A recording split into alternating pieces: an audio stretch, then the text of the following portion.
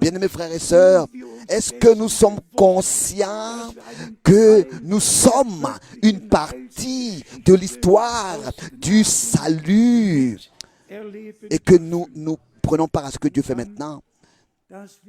Et ainsi, tous ceux qui ont part à la distribution de cette nourriture, j'ai un souhait ardent que le menu divin, nous puissions le laisser tel que Dieu l'a prescrit.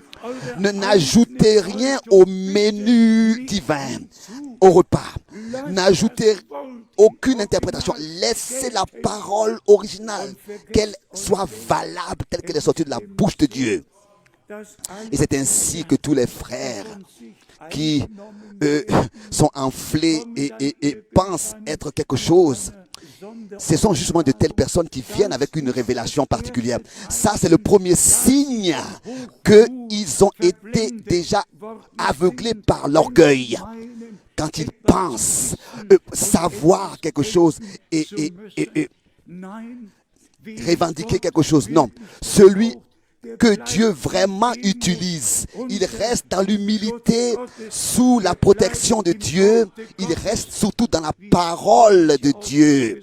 Comme Paul l'a dit dans l'Épître aux Corinthiens, que nous n'ajoutons rien aux Écritures, ne pas sortir au-delà de ce qui est réellement écrit.